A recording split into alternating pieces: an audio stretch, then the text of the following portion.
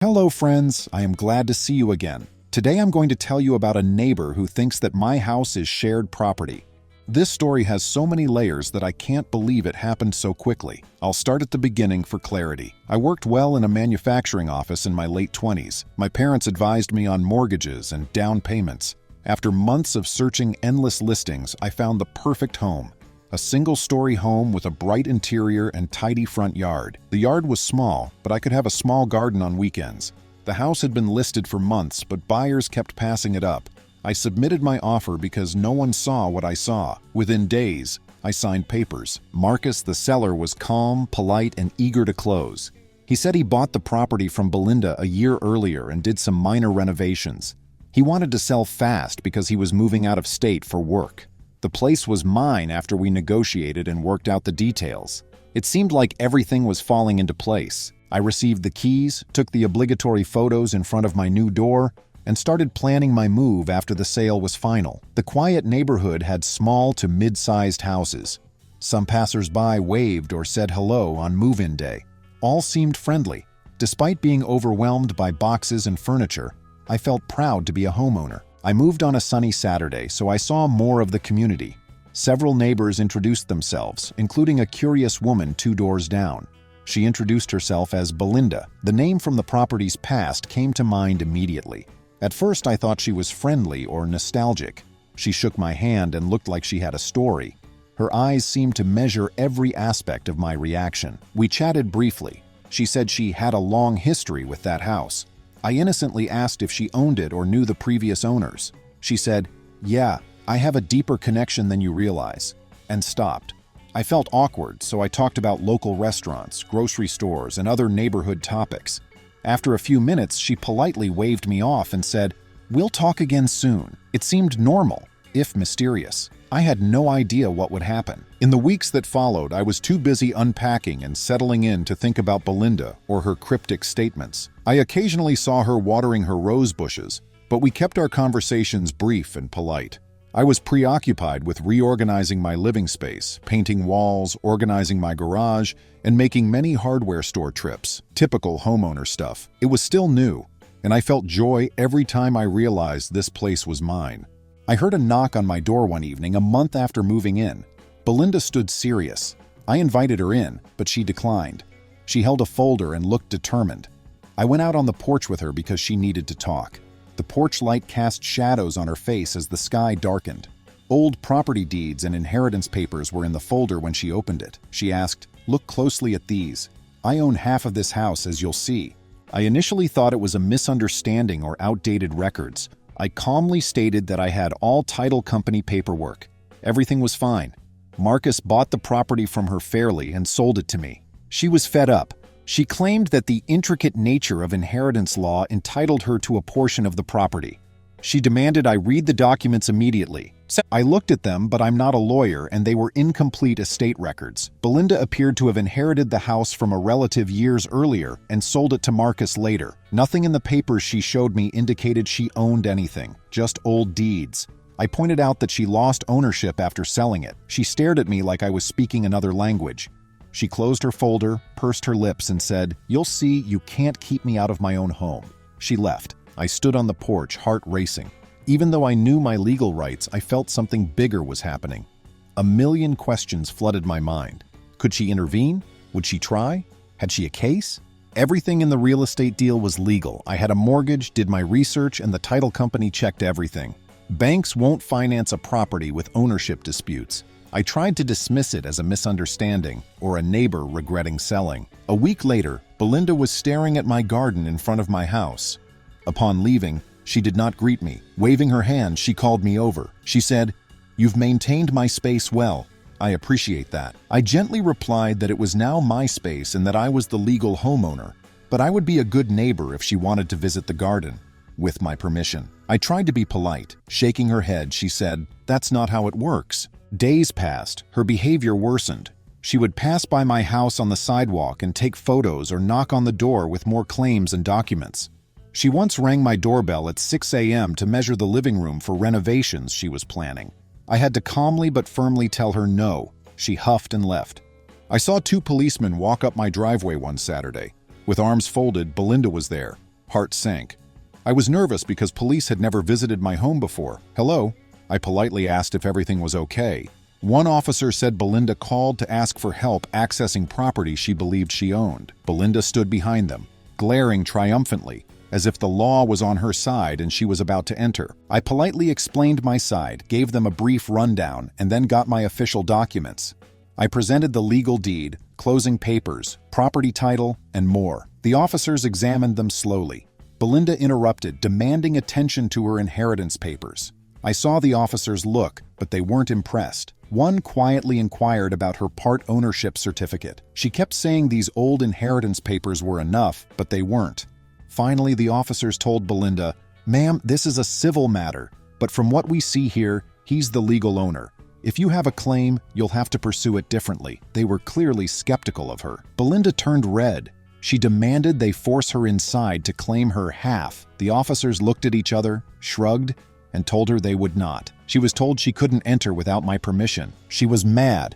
She turned on me and screamed, "Thief, trespasser, and fraud." One officer calmly told her to lower her voice or face consequences for disturbing the peace. She stomped, called the officers useless, and left. I apologized to the police for the trouble.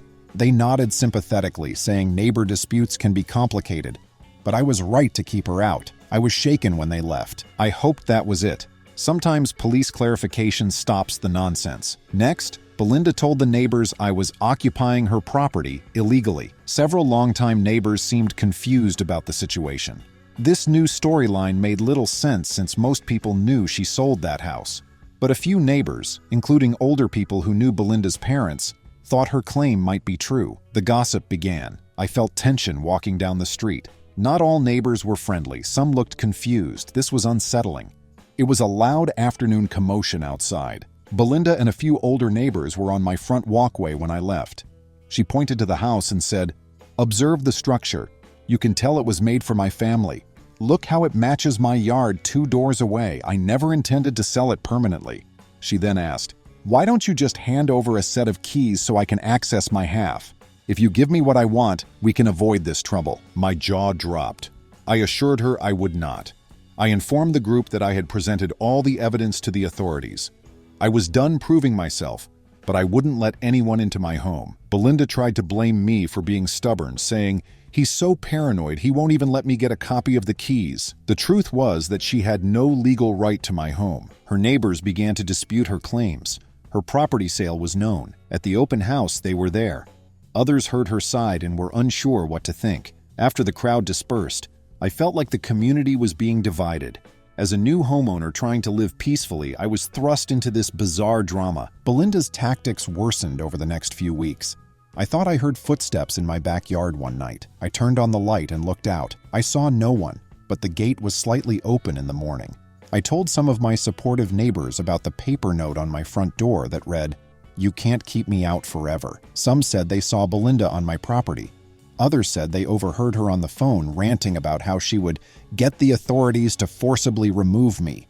The tension made me feel like I was in a soap opera. Marshall, a smart neighbor, suggested I install security cameras. He said even cheap ones would deter bad behavior. I installed motion-detecting cameras at the front door and backyard per his advice.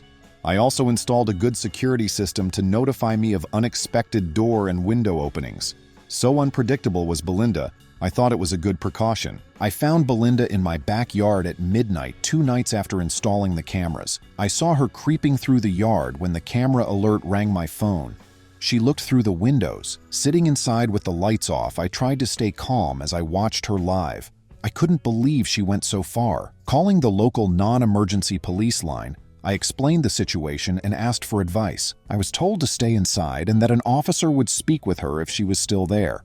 The police arrived after she left, but I showed them the footage. If she kept trespassing, they suggested a restraining order. They also promised to talk to her. Next day, an officer reportedly visited her home. Later that night, Marshall told me Belinda had come over fuming about being spied on. She was furious, apparently unable to understand that she had no right to sneak around my yard at night. This seemed like a plot against her. Matters escalated a week later. One bright morning, I became fed up. I printed my deed, the county clerk's ownership records, and Belinda and Marcus's sale agreement. It stated that Belinda sold the property without encumbrances or partial ownership. I placed them in a tidy folder. I then went to Belinda's house and knocked. I was nervous about her reaction, so my heart raced. I was determined to defend myself face to face. She looked surprised when she replied, "Listen, I'm just here to lay everything out." I handed her the folder and said, "Take your time to read this thoroughly. Your ownership ended when you sold the house. Everything that followed was county approved. You can't just return and want it again. Property law works differently." She grabbed my folder without looking at the papers. She said, "I don't care what these say." I insisted that she consult a property attorney if she was sure. I warned her that I would seek legal protection if she trespassed or harassed me again. Without speaking, she slammed her door. After hearing a noise outside, I went to my porch to find her screaming on the phone. She ran up and down the sidewalk, shouting that she would kick me out and take half the house. A few neighbors watched in shock. Some tried to calm her by saying she was causing a scene. She turned on them and said, "I thought you supported me." That day, she lost much neighborhood sympathy. This was no minor dispute, people realized. Belinda went overboard. Yes, she called 911 again. Now several officers were present. I waited on my porch for them. Belinda shouted, "He stole it from me." As she waved her arms toward my house, I calmly presented my ID, deed, and chain of title to the officers. One officer, whom I recognized from a previous visit, whispered, "We understand your position. We're here because she called." They reasoned with Belinda for 30 minutes. I waited on my porch for a decision. One officer returned and said, "We've advised her again that she has no right to your property. We warned her that if she enters without your permission or keeps calling us about the same issue, she could be prosecuted." They gave me a reference number and suggested I consider a more formal protective order if it escalates. That could have been the last straw, but it wasn't. Belinda was furious the police didn't help her break into my home. Her next move was to forge a letter from her attorney demanding I leave half the house or face a lawsuit. She put this letter under my door. It was obvious it was fake. The grammar and language were poor. There was no law firm name, no contact information, just a suspicious signature that read, "Attorney at Law." Marshall and another neighbor, Janet, shrugged, saying it looked like a child typed it. I consulted a real lawyer. I explained everything in a consultation. Belinda had no legal standing, the attorney said. Her claims were unfounded because she sold the property without ownership rights.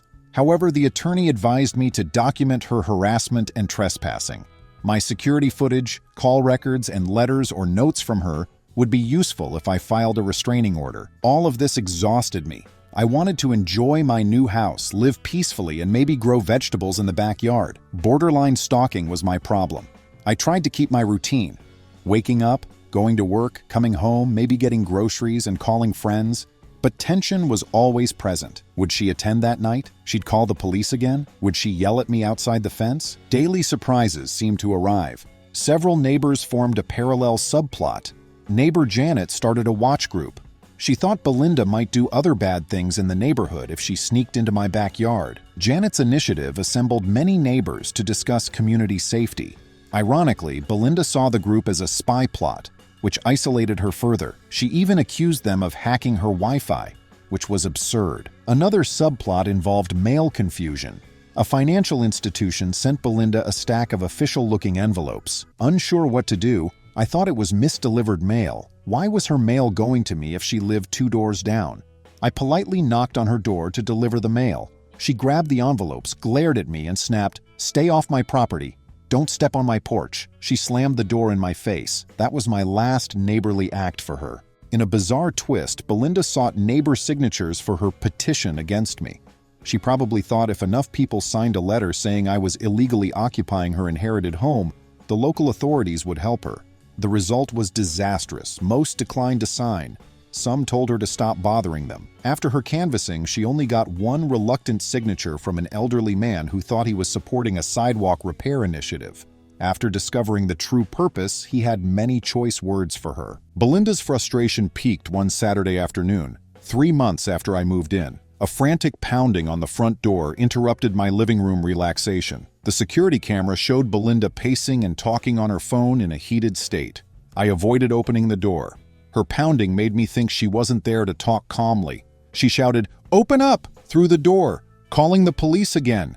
You owe me half the house." I closed my eyes, breathed deeply, and called the non-emergency number, explaining the situation. They promised to send a peacekeeper. 20 minutes later, 2 officers arrived. Belinda was still in my yard, yelling into her phone. I exited when the officers approached. One remembered me. "All right, what's up?" I pointed to Belinda, who was interrupting me and claiming property rights. The officer grumbled, asked us to be quiet, and listened to each of us. I presented my documents again. Belinda presented her inheritance papers again. The officer gently explained, again, that her side of the story could not be heard without a court order or legal claim. She shouted, "So you're not going to force him to open his door to me?"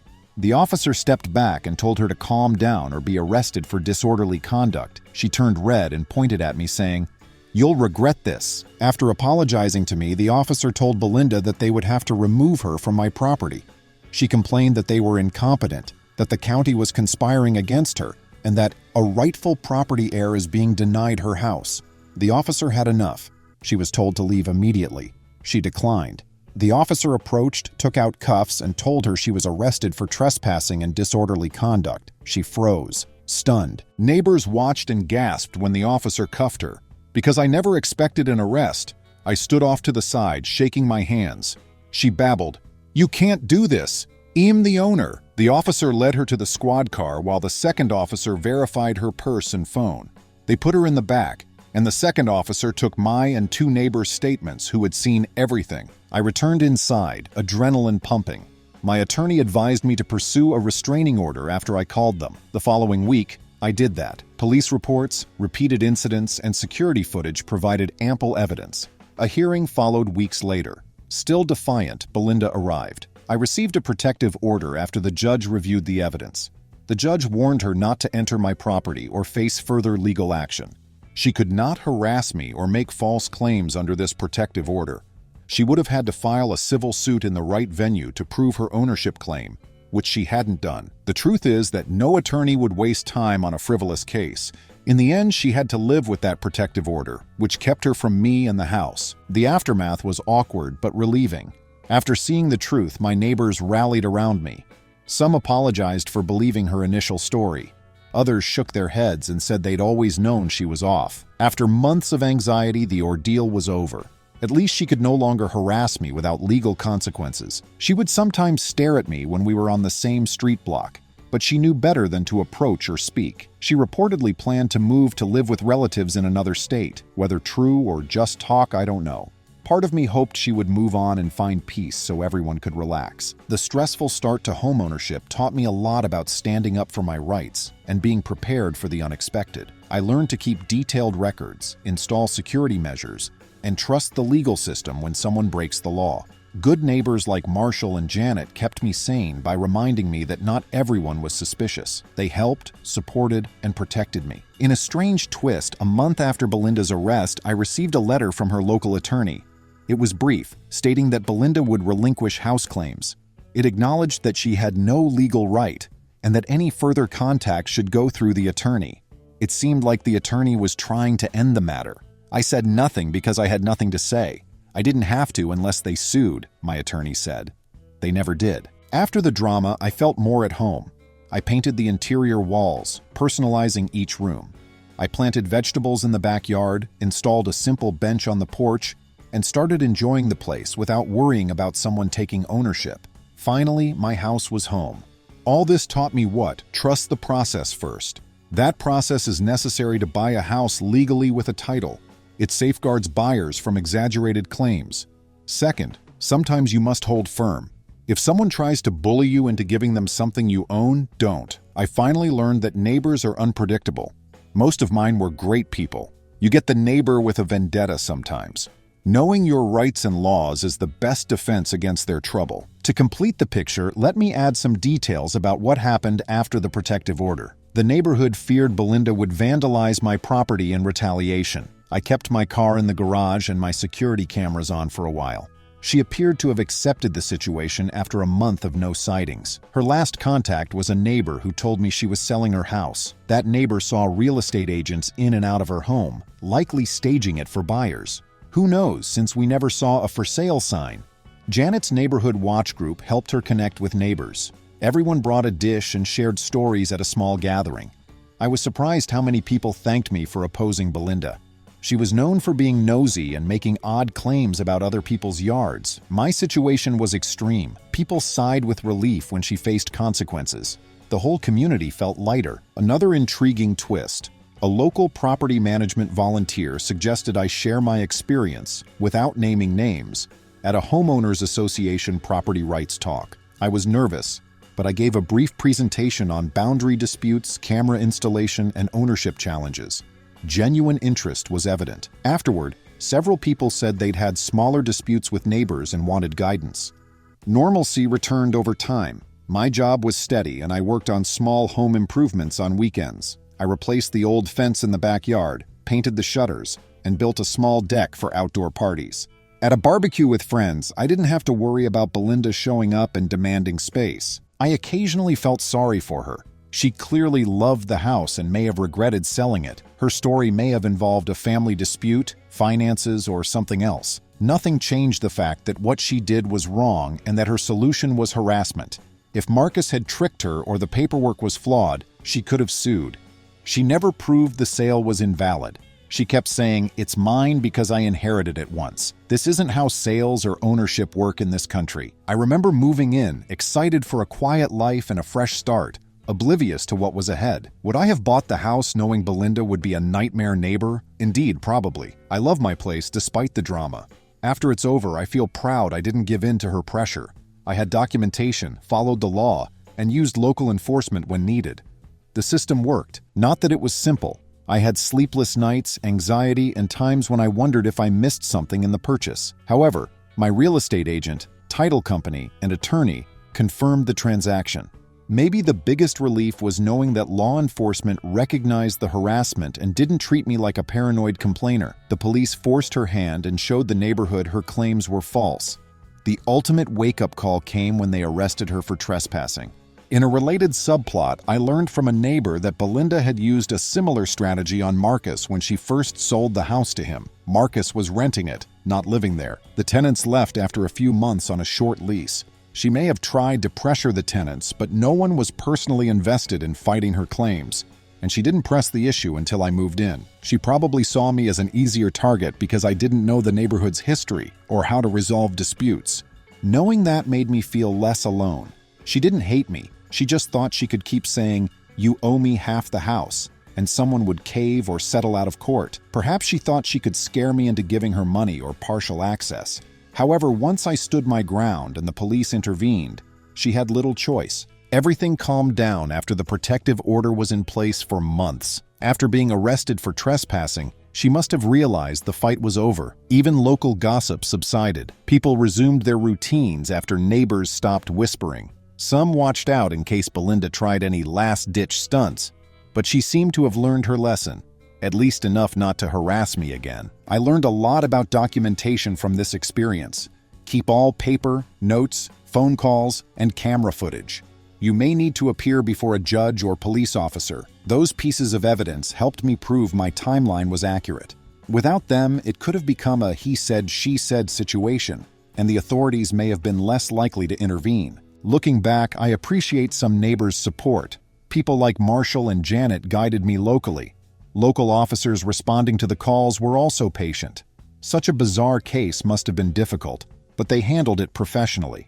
I sometimes wonder if Belinda regrets it all, if she wishes she had politely asked if she could step inside occasionally to reminisce or tried to buy the house back at fair market value, though I doubt I would have sold it so quickly. We'll never know. She started aggressively by calling 911 and demanding keys. No way that would end well. That house is still my home. I've hosted holiday parties, had friends stay, and celebrated life milestones here. The early months' drama seems distant when people ask if I've had neighbor issues. Most are shocked when I tell the story. It seems too wild to be true, so some ask if I'm exaggerating. I have security footage and paperwork to prove it. I occasionally see Belinda's house 2 doors down with the curtains drawn but the lights off. She may be leaving or reducing her presence. I don't track. I live my life grateful the legal system worked. I appreciate that the neighborhood is mostly friendly. The lesson is that even in a quiet neighborhood, you can't predict everything. The best you can do is defend yourself when someone crosses the line. For anyone in a similar situation, someone insisting they own your home or property, stay calm, gather evidence, call the police, and use the law. A good paper trail is your friend. If the issue goes beyond a misunderstanding, don't handle it alone. Don't comply with illegal demands, no matter how loud or intimidating. Justice won my case. The neighbor who tried to force her way into my home, claiming partial ownership, was handcuffed and ordered to leave by a court. I kept the house I bought. No strings, no shared keys, no obligation to let her in. After the dust settled, life went on quietly, and I enjoyed the simple pleasure of living in my own house. Friends, thank you. See you soon.